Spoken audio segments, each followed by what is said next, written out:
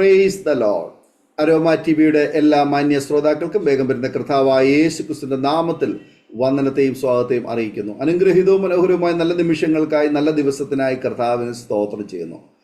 പ്രേക്ഷകരോടൊപ്പം വീണ്ടും അനുഗ്രഹിക്കപ്പെട്ട ജീവിതാനുഭവം, ദൈവം നടത്തിയ അത്ഭുതകരമായ വഴികളെയും കുറിച്ച് പങ്കുവയ്ക്കുവാൻ തക്കവണ്ണം നമ്മുടെ ക്ഷണം സ്വീകരിച്ച് നമ്മോടൊപ്പം ഇന്ന് ജോയിൻ ചെയ്തിരിക്കുന്നത് പ്രിയ സി തോമസ് അങ്കിളാണ്.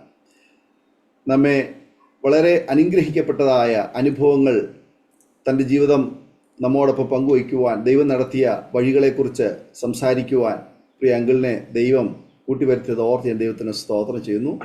അങ്കിളിന് ഇപ്പോൾ 92 വയസ്സ് ഉണ്ട്. ദൈവകൃപയാൽ ഇത്രത്തോളം പ്രിയ പിതാവിനെ ദൈവം ജയകരമായ ജീവിതം നയിപ്പാൻ സഹായിച്ചു. തൻ്റെ ജീവിതാനുഭവങ്ങൾ നമുക്കെവർക്കും ശ്രദ്ധയോടെ സ്കിപ്പ് ചെയ്യാതെ അവസാനം വരെ കാണുകയും കേൾക്കുകയും ചെയ്യാം. നമ്മളുടെ ഒരു പ്രാർത്ഥനയുടെ ആയിരിക്കുമ്പോൾ പ്രിയ സി തോമസ് അങ്കിളിനെ തികഞ്ഞ സ്നേഹത്തോടും ആദരവോടും കൂടി അരോമാറ്റിയുടെ പ്രേക്ഷകരോടൊപ്പം സമയം ചിലവഴിക്കുന്നതിന് ഞങ്ങൾ സ്വാഗതം ചെയ്തുകൊള്ളുന്നു. പ്രൈസ് ലോർഡ് അങ്കിളെ. Praise the Lord. Praise Praise be to Jesus. Praise Lord. അരോമാറ്റിയുടെ പ്രേക്ഷകരോടൊപ്പം അങ്കിളിനെ പരിചയപ്പെടുത്തുന്നതിൽ ഞങ്ങൾക്ക് വളരെ സന്തോഷമുണ്ട്. എവിടെ നിന്നാണ് ജോയിൻ ചെയ്തിരിക്കുന്നത്? കുടുംബാംഗങ്ങളെ ഒരു വാക്കിൽ പരിചയപ്പെടുത്താമോ? ഞാൻ എറണാകുളം ഡിസ്ട്രിക്റ്റിൽ, കേരളയിൽ എറണാകുളം ഡിസ്ട്രിക്റ്റിൽ പുത്തൻവേലിക്കര എന്ന് പറയുന്ന ഒരു ടൗണിൽ നിന്നുമാണ് ജോയിൻ ചെയ്തിരിക്കുന്നത്. ഓക്കെ. എൻ്റെ പേര് സി തോമസ്. അത് എന്ന് വെച്ചാൽ ചെമ്മാശ്ശേരിയിൽ ചാക്കോ തോമസ് എന്ന പേര്. ഓക്കെ. വീട്ടിലാരൊക്കെയുണ്ട്? വീട്ടിൽ 2 മക്കളാ എനിക്കുള്ളത്. ഭാര്യ സുഖത്തിലേക്ക് പോയിട്ട് 1 വർഷം തികയുന്നു. അപ്പോ ഇനി 2 മക്കളുണ്ട്.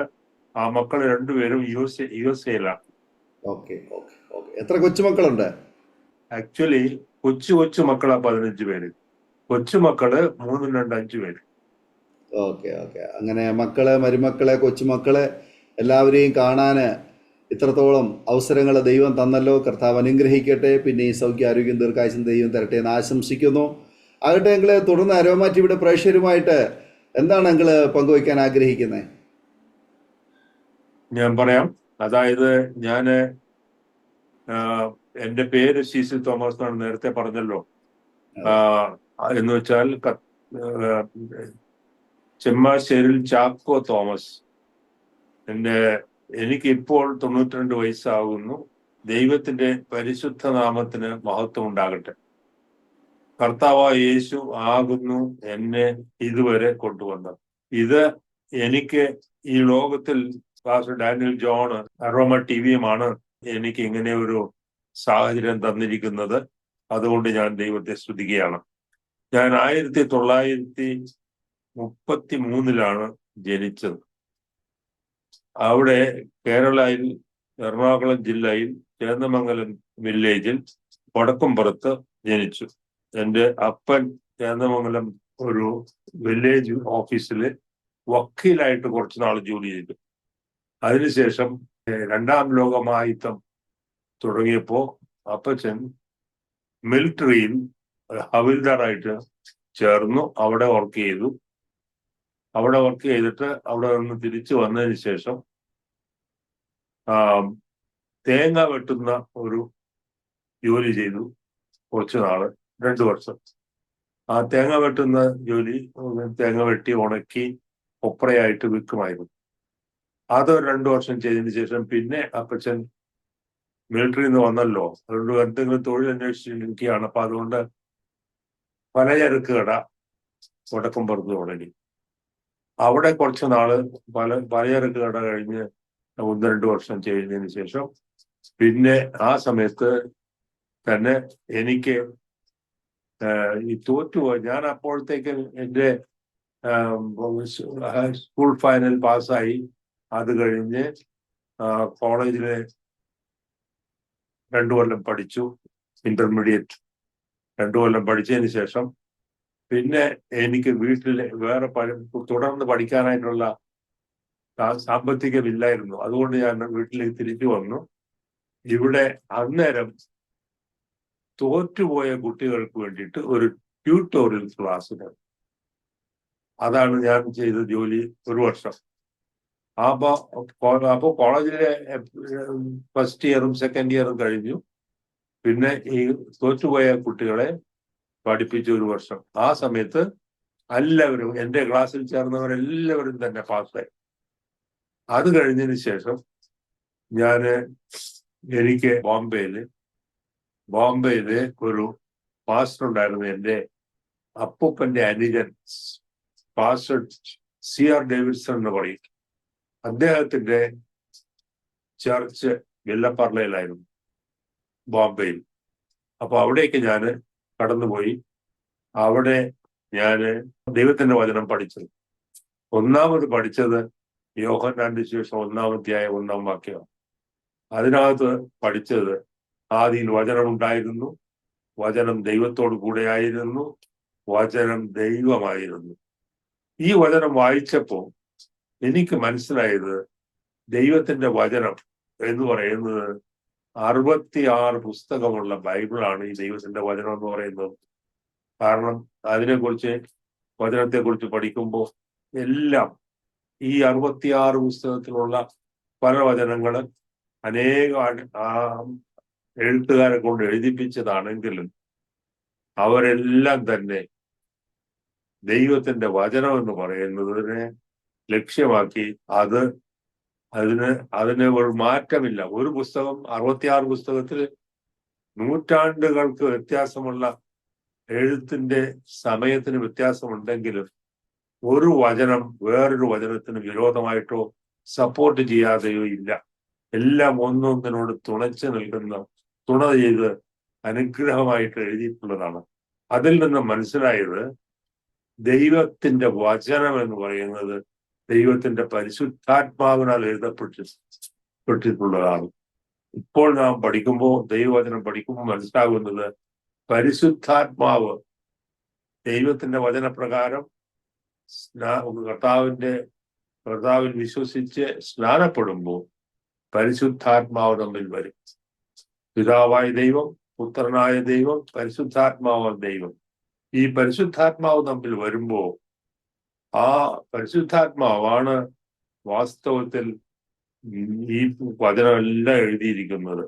അപ്പൊ അതുകൊണ്ട് ദൈവത്തിന്റെ വചനം എഴുതിയിരിക്കുന്നതിന് പ്രകാരം നാം വചനത്തെ അനുസരിച്ച് ജീവിക്കാനായിട്ട് തീരുമാനിച്ചു കഴിഞ്ഞാൽ അതിനുവേണ്ടി ശ്രദ്ധിക്കുകയും ഓരോ ദിവസവും വചനം, ഇപ്പോൾ ഞാൻ അത് മനസ്സിലായതിനു ശേഷം എല്ലാ വർഷവും വചനം വായിച്ച് തീർക്കും. ഈ 66 പുസ്തകവും വായിച്ച് തീർത്തും അതേസമയം വായിക്കുമ്പോഴെല്ലാം ഇത് ദൈവത്തിന്റെ വചനമാണെന്നും ഇതനുസരിച്ചാണോ ഞാൻ ജീവിക്കുന്നതെന്നും എന്നെ തന്നെയും സഭയിലുള്ള മറ്റ് വിശ്വാസികളും തന്നെത്താൻ പരിശോധിക്കണമെന്നുള്ള ആ ഒരു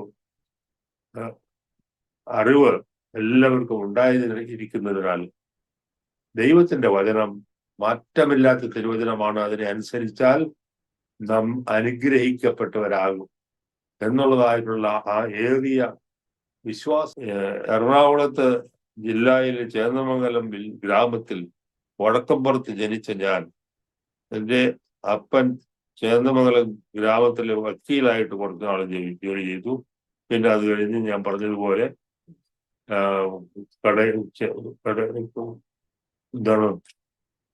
കട നടത്തി. പിന്നെ അതിനുശേഷം ദൈവം സഹായിച്ച് അപ്പച്ചനെ ഒരു ചിട്ടി ഫണ്ട് നടത്തി, CT ചിട്ടി ഫണ്ട് എന്ന് പേരായിട്ട്. ഇതിലൊക്കെ ഞാൻ ഉണ്ടായിരുന്നു, പലപ്പോഴും അതിനെ സഹകരിച്ച് പോകുമായിരുന്നു. എന്നാലേ ദൈവത്തിന്റെ കരുണയാൽ ഇങ്ങനെയുള്ളതായിട്ടുള്ള ഈ അനുഭവത്തിലൂടെ കടന്നു പോയപ്പോ ദൈവത്തിന്റെ ഒരു വർഷം അങ്ങനെ 1952-53 അതേസമയം ഞാൻ CC ട്യൂട്ടോറിയൽ ഇൻസ്റ്റിറ്റ്യൂട്ട് നടത്തിയ കാര്യം ഞാൻ നേരത്തെ പറഞ്ഞു. അപ്പൊ അതുപോലെ തന്നെ എൻ്റെ മനസ്സിൽ ദൈവവചനം ദൈവമാണെന്ന് രേഖപ്പെടുത്തുന്ന വചനം യോഹന്നാൻ 1:1 നമ്മൾ വായിച്ചല്ലോ. അത് ആദ്യം വചനം ഉണ്ടായിരുന്നു, വചനം ദൈവത്തോടു കൂടി ആയിരുന്നു, വചനം ദൈവമായിരുന്നു. അപ്പൊ അങ്ങനെ വചനം ദൈവമാണെന്നിരിക്കെ ഓരോ വചനവും അനുസരിച്ചാണോ നാം ജീവിക്കുന്നതെന്ന് നമ്മുടെ ദിനംതോറുമുള്ള ജീവിതത്തിൽ പരിശോധിക്കേണ്ടത് ആവശ്യമാണ്. അങ്ങനെയുള്ള ഒരു പരിശീലനം എല്ലാവർക്കും ലഭിച്ചു കഴിഞ്ഞാൽ വലിയ അനുഗ്രഹമാണ്. ദൈവം അതിൽ പ്രസാദിക്കും. ദൈവം തന്നെയാണ് ദൈവത്തിന്റെ വചനം എന്നുള്ളതായിട്ടുള്ള ആ ബോധ്യത്തോടു കൂടി ദൈവവചനം വായിച്ച് അതനുസരിച്ച് നമ്മുടെ ജീവിതത്തിൽ ക്രമീകരണങ്ങൾ വരുത്തുന്നതിന്റെ ആവശ്യകതയെക്കുറിച്ച് നമുക്ക് പഠിപ്പിക്കുകയും ആളുകളെ അതിന് പ്രകാരം ഉത്സാഹിപ്പിക്കുകയും ചെയ്യണം. വചനം ദൈവമാണെന്ന് മനസ്സിലാക്കുകയും പുസ്തകത്തില് നമ്മുടെ ജീവിതത്തിൽ വരുത്തേണ്ടതായിട്ടുള്ള മാറ്റങ്ങൾ വരുത്തി ദൈവത്തിന്റെ എന്താണ് ഇതിനകത്ത് പറയുന്നത് മാറ്റങ്ങളെ കുറിച്ച് പഠിക്കുകയും ചെയ്യേണ്ടത് ഏതാണെന്ന് മനസ്സിലാക്കി മാറ്റം വരുത്തണമെന്ന കാര്യങ്ങളോ മാറ്റം വരുത്തി ഒരു ജീവിതം ദൈവവചനപ്രകാരമാക്കി തീർക്കണമെന്നുള്ളത് ഏറ്റവും വളരെ ഇമ്പോർട്ടൻ്റ് ആയിട്ടുള്ള ഒരു കാര്യമാണ്. അതിനുശേഷം വേറെ ചില കാര്യങ്ങളും കൂടി പഠിക്കുന്നു. സങ്കീർത്തനം 37:35 വായിക്കുന്നത് ഇങ്ങനെയാണ്: ഞാൻ ബാലനായിരുന്നു, വൃദ്ധനായി തീർന്നു, നീതിമാൻ തുണയില്ലാതിരിക്കുന്നതും അവന്റെ സന്തതി ആഹാരം ഇരക്കുന്നതും ഞാൻ കണ്ടിട്ടില്ല എന്ന വചനം വളരെ വളരെ അനുഗ്രഹിക്കപ്പെട്ട വചനമായി എന്നോട് ഒരു സഹോദരൻ പറഞ്ഞപ്പോ അതിലടങ്ങിയിരിക്കുന്ന സത്യം ഒരു വലിയ വെളിച്ചമായി എൻ്റെ മനസ്സിൽ വരികയും എൻ്റെ ജീവിതത്തിൽ പരിശോധിച്ച് എൻ്റെ ജീവിതത്തിൽ അത് അന്വർത്ഥമാക്കി തീർക്കുകയും ചെയ്യുക. അതായത് ദൈവത്തിന്റെ വചനം വാസ്തവമായിട്ട് അനുഗ്രഹിക്കപ്പെട്ട വചനമായിട്ട് കിട്ടുന്നത് എന്തുകൊണ്ടാണ്? നാം നീതിമാൻ തുണയില്ലാതിരിക്കുന്നതും ഞാൻ നേരത്തെ പറഞ്ഞ പോലെ 92 വയസ്സ് കഴിഞ്ഞു. ഈ വർഷങ്ങൾ അത്രയും ഞാൻ ജനിച്ച നാൾ മുതൽ ഞാൻ രക്ഷിക്കപ്പെട്ടത് 19ാമത്തെ വയസ്സിലാണ്.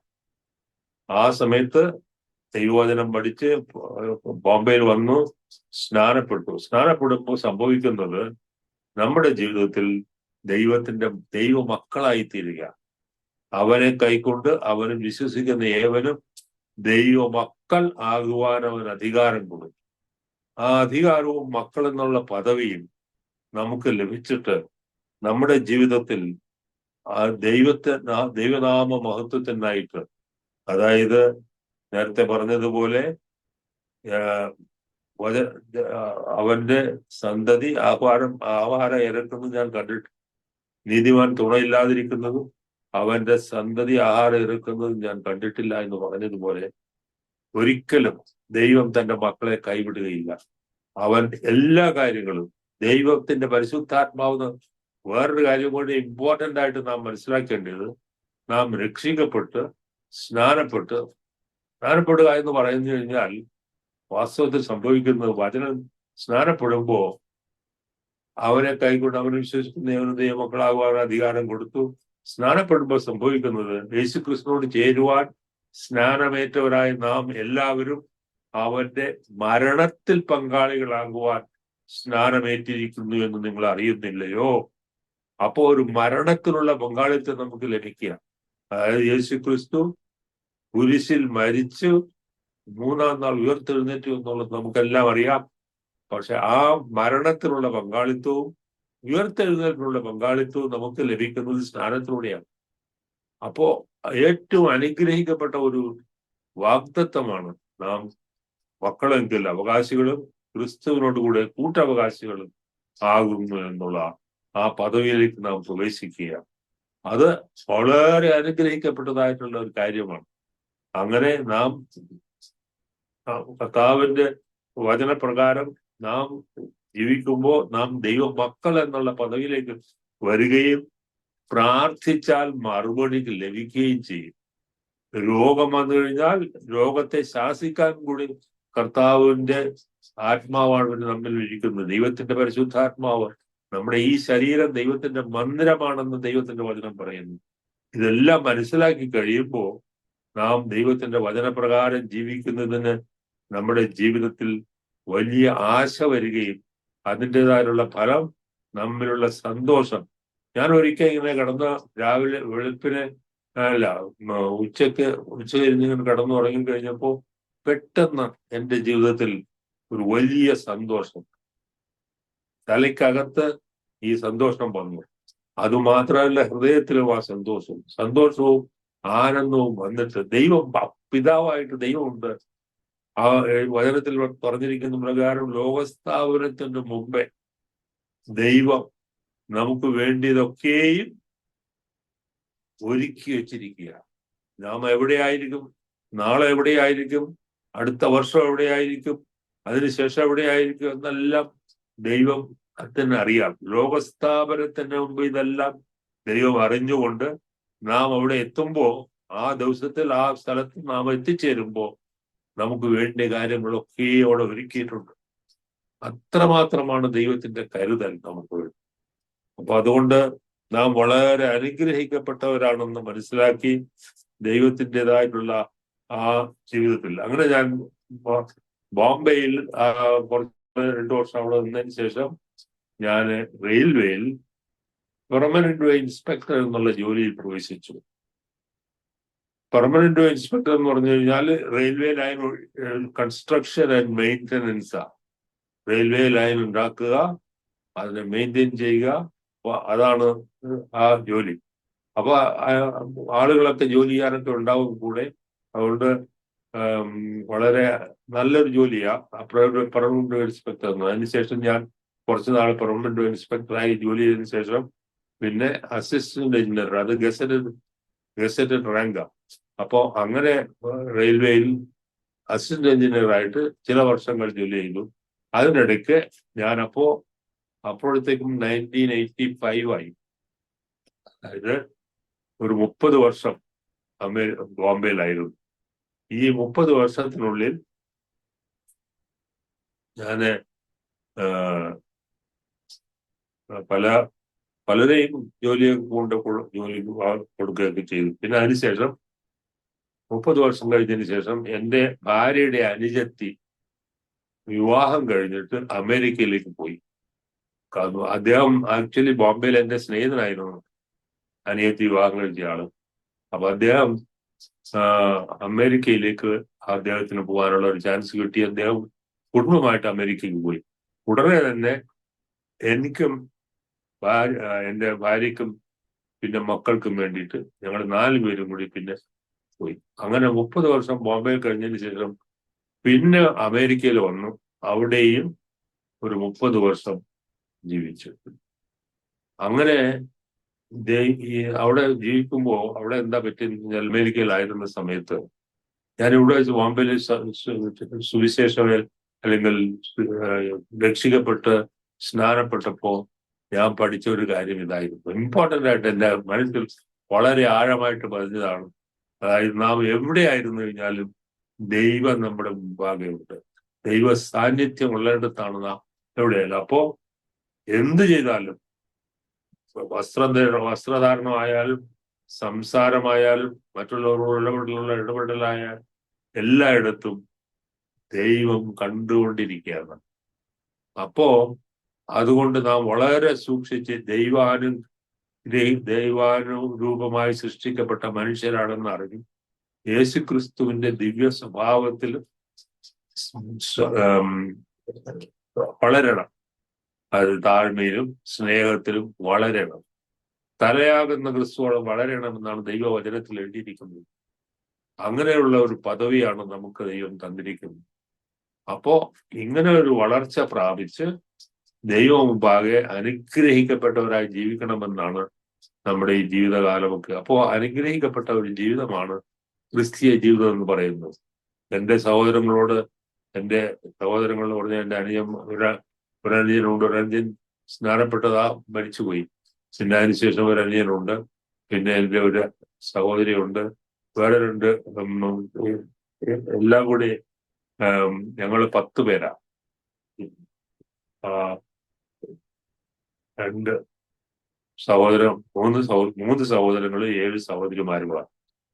അവരെല്ലാവരും ദൈവത്തിന്റെ കരുണയാൽ 2 സഹോദരന്മാർ സ്നാനപ്പെട്ടു. ഒരു സഹോദരൻ സ്നാനപ്പെട്ടു മരിച്ചുപോയ സഹോദരൻ. മറ്റുള്ളവരൊന്നും ഈ സത്യത്തിലേക്ക് വന്നിട്ടില്ല. ഞാൻ അവരോട് പറഞ്ഞുകൊണ്ടിരിക്കുക. കാരണം ഇത് വലിയ സമാധാനം, രോഗസൗഖ്യം, വേറെ ഒന്നും രോഗസൗഖ്യം. എനിക്കിപ്പോ 92 വയസ്സായെന്ന് പറഞ്ഞല്ലോ. രോഗം ബാധിക്കയില്ല. രോഗത്തെ ശാസിക്കാൻ കൂടി എനിക്ക് അധികാരം ദൈവം തന്നിട്ടുണ്ട്. ദൈവത്തിന്റെ വചനത്തിൽ തന്നിരിക്കുന്ന അധികാരം. അപ്പോൾ രോഗത്തെ ശാസിപ്പാനും രോഗവിമുക്തനായിട്ട് ജീവിപ്പാനും നമുക്ക് അധികാരമുണ്ട്, അനുഗ്രഹമുണ്ട്. ഇതെല്ലാമാണ് ഒരു വിശ്വാസിക്കുള്ളതായിട്ടുള്ള അനുഗ്രഹം. അതുകൊണ്ട് നാം വളരെ അനുഗ്രഹിക്കപ്പെട്ടവരാണെന്ന് മനസ്സിലാക്കി അങ്ങനെ ജീവിക്കാനായിട്ട് നമുക്ക് നമ്മെ തന്നെ സമർപ്പിക്കാം. അമേരിക്കയിൽ ചെന്നതിന് ശേഷം അവിടെ ഒരു സഭയുടെ പാസ്റ്ററായി ഞാൻ നിയമിതനായി. അവിടെ എന്താണെന്ന് വെച്ച് കഴിഞ്ഞാൽ അവിടെ ഞാൻ പറഞ്ഞല്ലോ, അതായത് ദൈവത്തിന്റെ സാന്നിധ്യം നാം എവിടെയായിരുന്നാലും നാം അനുഭവിക്കണം. ദൈവം നമ്മോട് കൂടെ ഉണ്ട് എന്നുള്ളത്. അപ്പോ അന്ന് അവിടെ അമേരിക്കയിലെ ഒരു പുതിയതായിട്ട് വന്ന സഹോദരങ്ങളാണെന്ന് തോന്നുന്നു. അവരെല്ലാം പറഞ്ഞു, ഇത് ദൈവത്തിന്റെ ആലയമാണെന്നും ഇവിടെ കടന്നു വരുമ്പോൾ അതിന് യോഗ്യമാവണ്ണം വസ്ത്രധാരണ രീതിയും എല്ലാം അതുപോലെ ചിട്ടകളൊക്കെ ഉണ്ടല്ലോ, അതനുസരിച്ച് ആകണമെന്നൊക്കെ പറഞ്ഞു. അപ്പൊ എനിക്കത് വളരെ വിഷമം ഉണ്ടായി കഴിഞ്ഞപ്പോ ഞാന് അത് ചില സഹോദരങ്ങളോട് പറഞ്ഞു. അപ്പൊ ഈ കാര്യം അവിടുത്തെ ചീഫ് പാസ്റ്ററായിരുന്ന പാസ്റ്റർ ഡോൺ സ്പയേഴ്സ് എന്ന് പറഞ്ഞത് മാന്യദേഹമാണ്. അദ്ദേഹത്തിന് മനസ്സിലായപ്പോ അദ്ദേഹം എന്നെ വിളിച്ചു. ഞാൻ ചെന്നു കഴിഞ്ഞപ്പോ എന്നോട് പറഞ്ഞു, തോമസ്, നിനക്ക് എന്താ പ്രയാസം? അപ്പൊ ഞാൻ പറഞ്ഞു, ഇതാ കാര്യം. ഞാനും പെന്തിക്കോസിൽ ചേർന്നപ്പോ മനസ്സിലാക്കിയിരുന്നത് ദൈവം എവിടെ ആയാലും ദൈവ സാന്നിധ്യത്തിലാണ് എന്നുള്ള വിവരം. അതുകൂടാതെ ഇവിടെ പറഞ്ഞു തുടങ്ങി സഭയിൽ ഞങ്ങള് ഇവിടെ വരുമ്പോ ഇവിടെ ദൈവ സാന്നിധ്യം ചർച്ചിൽ വരും. അതുകൊണ്ട് അതിന് യോഗ്യമാവണം വരണം എന്ന് പറയുമ്പോൾ എന്റെ ഹൃദയത്തെ വേദനിപ്പിക്കുന്നുണ്ട്. അപ്പോ പാസ്റ്റർ പറഞ്ഞു എന്നോട്, നീ പറയുന്നത് ശരിയാ മോനെ, അങ്ങനെയാ വേണ്ടിയത്. പക്ഷെ ഇവിടെ ചില നിയമങ്ങളൊക്കെ ഉള്ളത് കൊണ്ടാണ് അതനുസരിച്ച് പോണമെന്നൊക്കെ പറയുന്നത്. അതുകൊണ്ട് നിനക്ക് തോന്നുകയാണ് നിനക്ക് ഒരു സഭ രൂപീകരിക്കണം, അങ്ങനെയുള്ള ഒരു സഭ രൂപീകരണം തോന്നുകയാണെങ്കിൽ ഞാൻ അനുഗ്രഹിക്കാം നിന്നെ എന്ന് പറഞ്ഞ് എന്റെ തലയിൽ കൈവച്ച് എന്നെ അനുഗ്രഹിച്ചിട്ട് പറഞ്ഞു, നീ ഒരു സഭ രജിസ്റ്റർ ചെയ്യുന്നുണ്ട്. അങ്ങനെ ഒരു സഭ രജിസ്റ്റർ ചെയ്തു. അത് ഇപ്പോ 30 വർഷമായിട്ട് അവിടെ, 35 വർഷമായി. അപ്പോ അവിടെ ഒരു സഭ രൂപീകരിച്ച് അവിടെ ഉണ്ട്. അത് ഇപ്പോഴും ഞാൻ അവിടെ ആയിരുന്നപ്പോ വാങ്ങിയതല്ല, അത് ഒരു സ്ഥലം ചർച്ച് സഭ നടത്തുന്നതിന് വേണ്ടിയിട്ട് വാങ്ങി, സഭയിലെ പൈസ കൊടുത്ത് വാങ്ങി. അതിപ്പോഴും അതുപോലെ അനുഗ്രഹിക്കപ്പെട്ടതായിട്ട് അവർ നടത്തിക്കൊണ്ടിരിക്കുന്നു. ഇപ്പൊ കഴിഞ്ഞ മാസം അവിടെ ഒരു സ്പെഷ്യൽ മീറ്റിംഗ്സ് കുറെ ദിവസം നടത്തി. അവിടെ എല്ലാം എന്ന് പറഞ്ഞാല് യേശു ക്രിസ്തുവിന്റെ ദിവ്യ സ്വഭാവത്തിന് അനുരൂപരായിട്ട് നമ്മുടെ ജീവിതമാക്കി തീർക്കുക എന്നുള്ളതായിരുന്നു സബ്ജക്റ്റ്.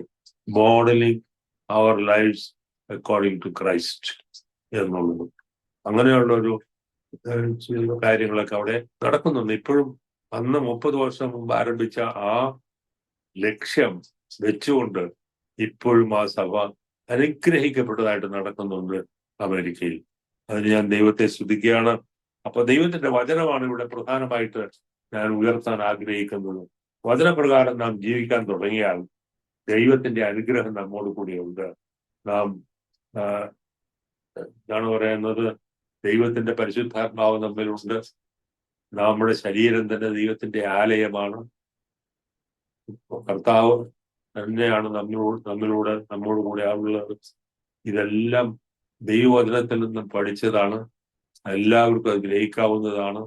അതനുസരിച്ച് ജീവിതമാക്കി തീർത്താൻ നാം അനുഗ്രഹിക്കേണ്ടവരാണ്. ഇനി വരാൻ പോകുന്നത് എന്താണ്? കർത്താവ് മധ്യാകാശത്തിൽ വരും.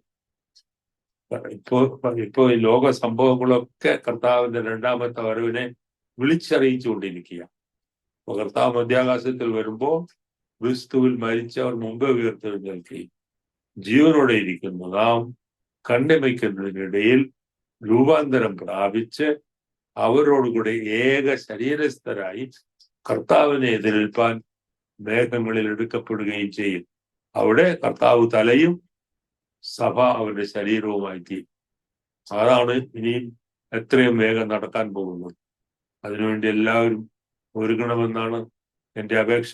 ദൈവവചനം കയ്യിൽ വെച്ചുകൊണ്ട് വായിച്ച് അതനുസരിച്ച് ജീവിതമാക്കി തീർത്താം നാം അനുഗ്രഹിക്കപ്പെട്ടവരായി നാം തലയാകുന്ന ക്രിസ്തുവോളം നാം വളരണമെന്നാണ് ദൈവവചനത്തിൽ എഴുതിയിരിക്കുന്നത്.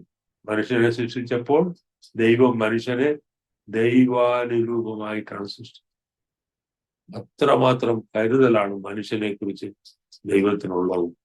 അതുകൊണ്ട് നാം എല്ലാവരും ആ ഒരു പദവിയിലേക്ക് ഉയർന്ന് ദൈവനാമമഹത്വത്തിനായിട്ട് ജീവിക്കണം എന്നുള്ളതാണ് എൻ്റെ അപേക്ഷ. ഞാൻ അതിനായിട്ട് എല്ലാവരെയും ക്ഷണിക്കുന്നു. ഇപ്പോ ദൈവത്തിന്റെ കർത്താവിന്റെ വരവിൽ നമുക്ക് പോകാനുള്ള സമയമായി വരുന്നു. ലോക സംഭവങ്ങൾ അതൊക്കെ വിളിച്ചറിയിക്കുകയാണ്.